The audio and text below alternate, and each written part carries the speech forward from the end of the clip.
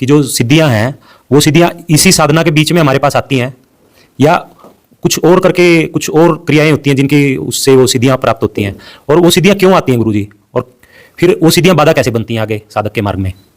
पहली बात तो है कि मग्गा बाबा के इनिशियल स्टेज में कुछ सिद्धियों का प्रयोग किया, उस समय तक की बात है। बाद में तो मग्गा बाबा की अवस्था काफी उच्च हो गई और बुद्ध पुरुष हुए, आत्मज्ञानी हुए, निर्वाण महापरिनिर्वाण को उपलब्ध हुई। मग्गा बाबा को इनिशियल होता, और इनिशियल तो ऐसे साधकों के बहुत सारे के जीवन में होता है कि सिद्धियों का प्रयोग होता है। हमें भी सिद्धियां आ गई थी छोटी उम्र में, थोड़ा मिसयूज हुआ भी, लेकिन मिसयूज का प्रदर्शन नहीं हो पाया, एकांत में हुआ, एकांत में हुआ और वो समझ आ गई, बाईपास हो गई। 5-6 साल की उम्र में सिद्धियां आई भी और बाईपास भी हो गई, प्रदर्शन नहीं हो पाया। तो अब जो है उनके साथ भी सिद्धियां आई और सिद्धियों का प्रयोग भी हुआ, लेकिन वह फिर बाईपास भी हो गई और उनकी अवस्था ऊंची हुई। वह एक ज्ञानी और बुद्ध पुरुष हुए मग्गा बाबा, है ना, परम ज्ञान को उपलब्ध हुए। पहली बात तो यह भ्रांति हम दूर कर दें। और दूसरी बात, सिद्धियां मिलती कब हैं, कैसे मिलती हैं, क्यों मिलती हैं, क्यों मिलना चाहिए, वगैरह वगैरह वगैरह वगैरह, है ना। जब भी कोई कंसंट्रेशन वगैरह होगा ना, हम साधना में क्या कहते हैं, कंसंट्रेशन नहीं, एकाग्रता नहीं, don't concentrate, don't focused. Concentrate करोगे सिद्धियां जग जाएंगी। कंसंट्रेशन जो है, ध्यान यदि राम है तो कंसंट्रेशन रावण है।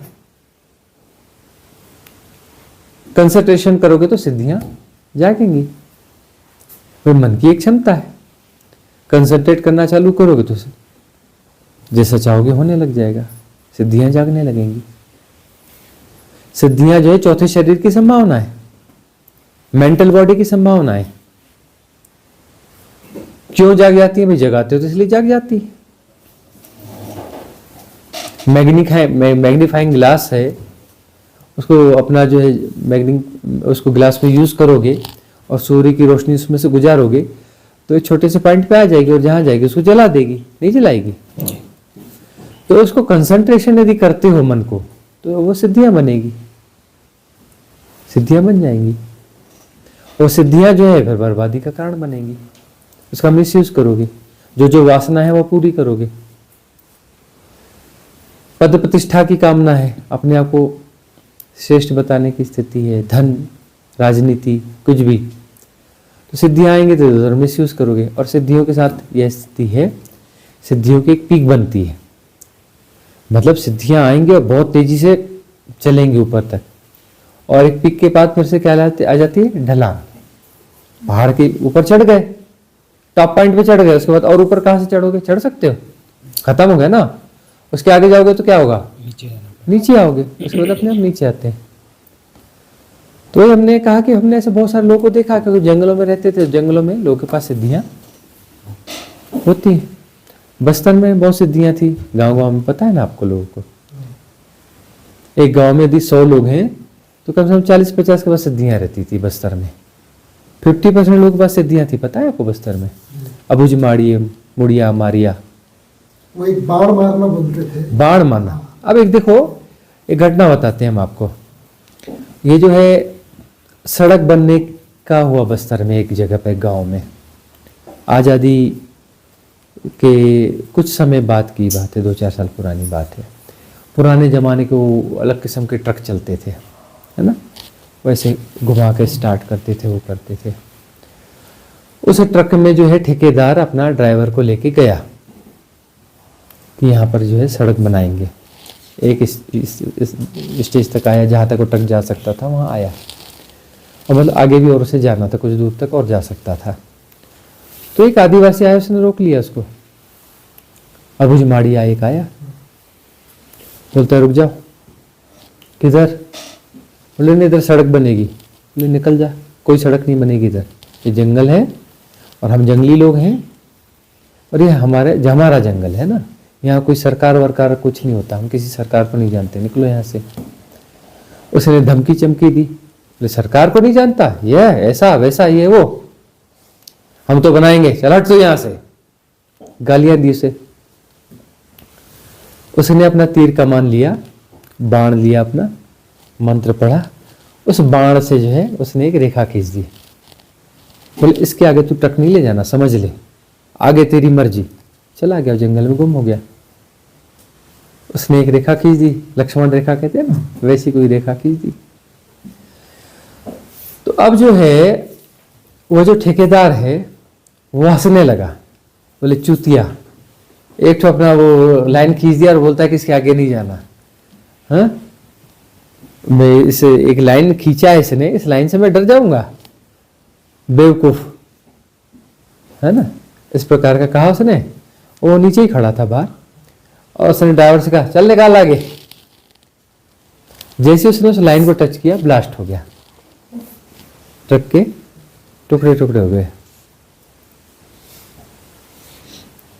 तो इस प्रकार की सिद्धियां, तो अपना सिद्धियां बहुत सारी होती हैं, 1000 सिद्धियां होती हैं। आपके बस्तर की बात कहीं, और हम जिस अंचल में रहे वहाँ की बात कहीं, यहाँ इस अंचल में भी होता रहा है। उडू डेथ भी बोलते हैं, वो हाँ, बहुत होता है। हाँ होता है। अपना पुतला मिट्टी का बना करके उसको जिसके नाम से कर देंगे वह, बस 1 महीने के अंदर। हाँ, ऐसी बहुत सारी सिद्धियां होती हैं, तो इनका दुरुपयोग होता है। तो कंसंट्रेशन से कुछ भी हो सकता है, इसलिए कंसंट्रेशन से सावधान रहना।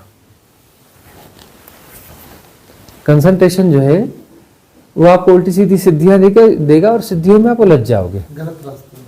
तो सिद्धियों में उलझोगे तो साधना फिर नहीं होने वाली। और ऊर्जा का आप वहां खर्च कर दिया, आपको धन मिला, धन आपने खर्च कर दिया, शराब पी ली, आप कहते हो दूध पीना है, पैसा तो है ही नहीं, दूध कहां से खरीदोगे, एक बात, खजाना खाली। दूसरी बात, जो शराब से शरीर खराब हो गया, उसमें तो दूध उल्टा पॉइजन बन जाएगा अब, है। तो सिद्धियों के साथ में बहुत परेशानियां हैं, सिद्धियों को बाईपास कर देना चाहिए, उलझना नहीं चाहिए साधक को। और सिद्धियां आई जाती हैं, मतलब सबको आती है क्या, नहीं, क्योंकि वो साधना भी गलत होती है ना।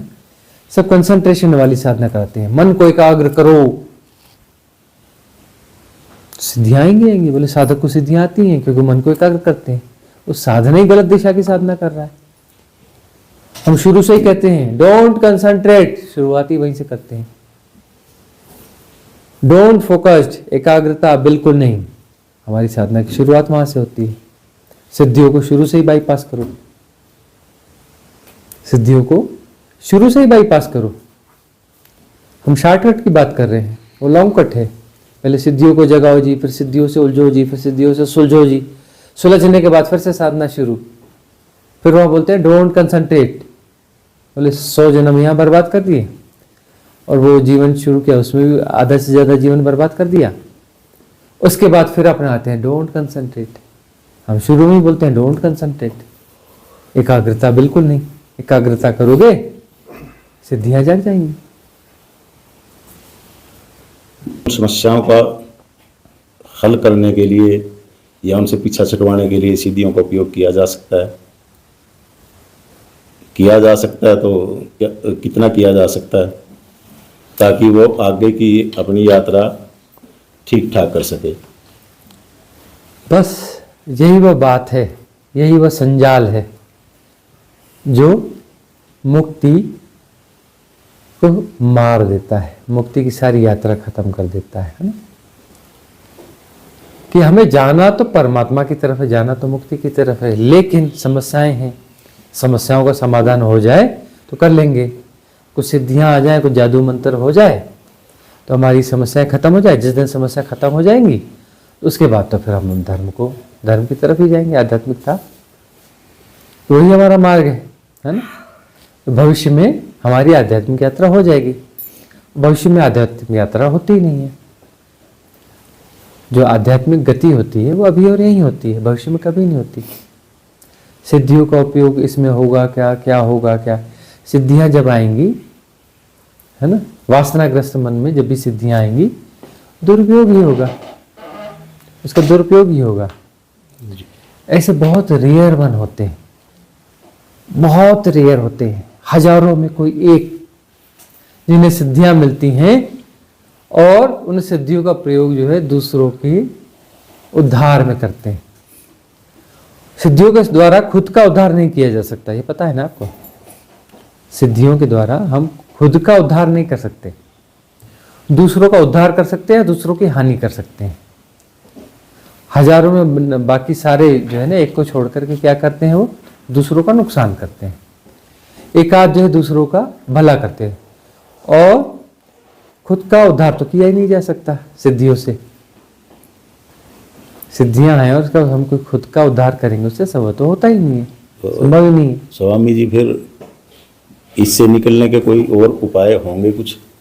अच्छा, इन मतलब चीजों आपका से- सिद्धियां हैं इसलिए आप पूछ रहे हैं? नहीं, मेरे पास नहीं। अच्छा, मैं जब आएंगी तब क्या किसी करना है? और आपने कहा कि दूसरा कल्याण करता है किसी का जिसके पास सिद्धियां हैं, क्या उनकी मदद ली जा सकती है, या कोई अन्य उपाय होते हैं इनसे पीछे छुड़वाने का? अच्छा, उनसे मदद लेकर के अपने कुछ काम धाम निपटवाने हैं। अब तो इसे जंजाल से तो निकलना है जिससे फंसे हुए हैं। बैठे हैं आपकी तरह फिर एक तरफ होके। हम बार बार कहते हैं कि हमें अपनी प्रायोरिटीज को चेक करना चाहिए। जी, हमें अपनी प्रायोरिटीज को चेक करना चाहिए कि धर्म हमारी, आध्यात्मिकता हमारी टॉप प्रायोरिटी है या नहीं, मुक्ति हमारी टॉप प्रायोरिटी है या नहीं है। यदि मुक्ति हमारी टॉप प्रायोरिटी नहीं है ना, तो हम ऐसे उल्टे सीधे जाल बुनते रहेंगे। जी, मैट्रिक्स को समझना हाँ। आपके लिए। एक खतरनाक किस्म के मैट्रिक्स हम बुन रहे हैं। अब खतरनाक और ये- हो रहे हैं। हाँ, और ये मैट्रिक्स जो है वो आम आदमी से ज्यादा खतरनाक है। जो छोटा मोटा काम धंधे करने वाला दुकानदार है, जो आध्यात्मिकता के बारे में कुछ नहीं जानता ना, वह भी इतने मैट्रिक्स में नहीं उलझा हुआ है। ऐसे किसी खतरनाक मैट्रिक्स में उलझा हुआ नहीं है, ठीक है जी। और उसकी मुक्ति की संभावनाएं ज्यादा है, जो अब आध्यात्मिकता में है ही नहीं, है ही नहीं। उसकी मुक्ति की संभावनाएं ज्यादा है, क्योंकि उसने कोई खतरनाक मैट्रिक्स तो कम से कम नहीं गढ़े हैं ना। उसकी मुक्ति की संभावना ज्यादा है, वो परमात्मा को जल्दी उपलब्ध हो सकता है, जल्दी उपलब्ध हो सकता है वह। और ऐसा होता भी है ना। गोरा कुम्हार, कबीर जुलाहा, है ना, रैदास, संत शिरोमणि हो गए। रैदास मुक्त भी क्या हो गए, संत शिरोमणि हो गए, जूते काटते काटते। उनकी संभावनाएं ज्यादा हो जाती हैं। और इस प्रकार के जो मैट्रिक्स करते हैं ना, जी, बहुत सारे किंतु परंतु और तर्कों के साथ ये और वो, बाकी सब तो ठीक है, लेकिन कहीं ना कहीं से कुछ तो होना चाहिए ना कुछ तो लाभ मिलना चाहिए ना। हमारी समस्याओं को तो सॉल्व करना चाहिए ना। हमारी समस्याएं सॉल्व होंगी उसके बाद ही तो होगा ना। ऐसा आदमी किसी ने आपने देखा है? अंकुर जी, आपने देखा है जिसके पास कोई समस्या ना हो? इतने देश घूमे तो आप में से कोई जानता है? मिला ना भाई हमको जिसकी कोई समस्या ही ना हो। तो वो काम संसार गढ़ा ही ऐसा गया है। रामचंद्र जी के पीछे समस्याएं दौड़ती नहीं, एक समस्या निपटी कि दूसरी, दूसरी निकली तीसरी। कृष्ण जी जो कभी इधर युद्ध कर रहे, कभी इधर कर रहे, इधर प्रपंच कर रहे, उधर कर रहे। गढ़ा ही ऐसा गया है। तब भी माया मोह हो जाता है। समस्याओं, इतनी समस्या, इतने लेसन दिए जा रहे हैं। अरे यार, एक समस्या खत्म होने के पहले दूसरी समस्या परोस दी जाती है। दूसरी खत्म होने के पहले चार नई समस्या तैयार खड़ी रहती हैं। ये तुम्हारी निपट गई क्या? ये अगला काम, ये वाली फाइल निपटाओ। हाँ, तो स्वामी जी आपके कहने का आशय ये है कि दोनों चीजें साथ साथ चलाएं। हाँ।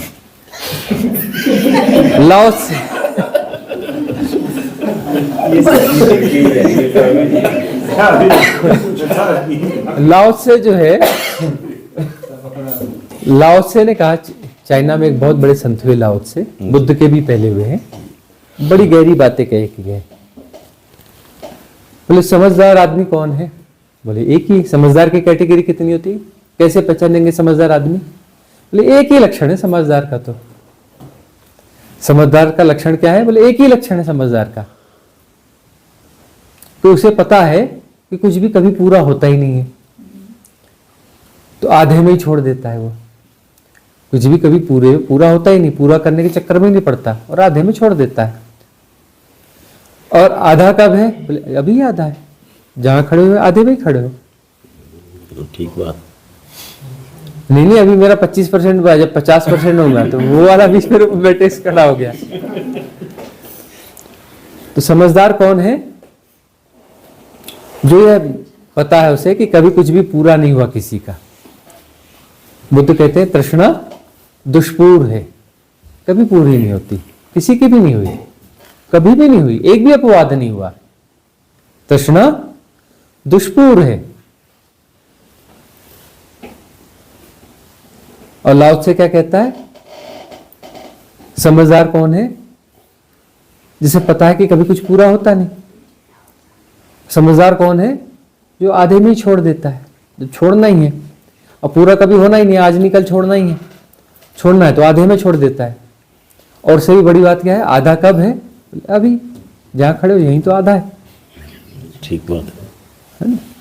यह बात जिसको समझ में आ गई उसके जीवन में क्रांति घट गई। क्रांति का बिंदु यही है, यही क्रांति घटेगी।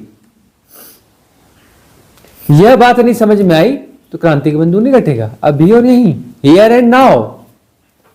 और समय के इल्यूजन के बाहर हो गए, देश काल के बाहर हो गए, टाइम एंड स्पेस के बाहर हो गए। हियर एंड नाउ में ही टाइम एंड स्पेस के बाहर हो गए, नहीं तो टाइम फैक्टर के इल्यूजन को जीते रहोगे, समय के भीतर फंसे रहोगे, समय के बोध को जीते रहोगे। और समय के बोध को जीने वाला बंदा कभी मुक्त नहीं हो सकता। जो देश काल के भीतर है वह तो क्षुद्र ही होगा ना। जो देश काल के बाहर है वही चेतना मुक्त चेतना है। मुक्त चेतना कौन है? जो देश काल के बाहर है। जो देश काल के भीतर है मुक्त चेतना है ही नहीं। जो मुक्त चेतना नहीं है मतलब वो घन चक्कर है, गोल गोल चक्कर काट रही है, काटती रहेगी।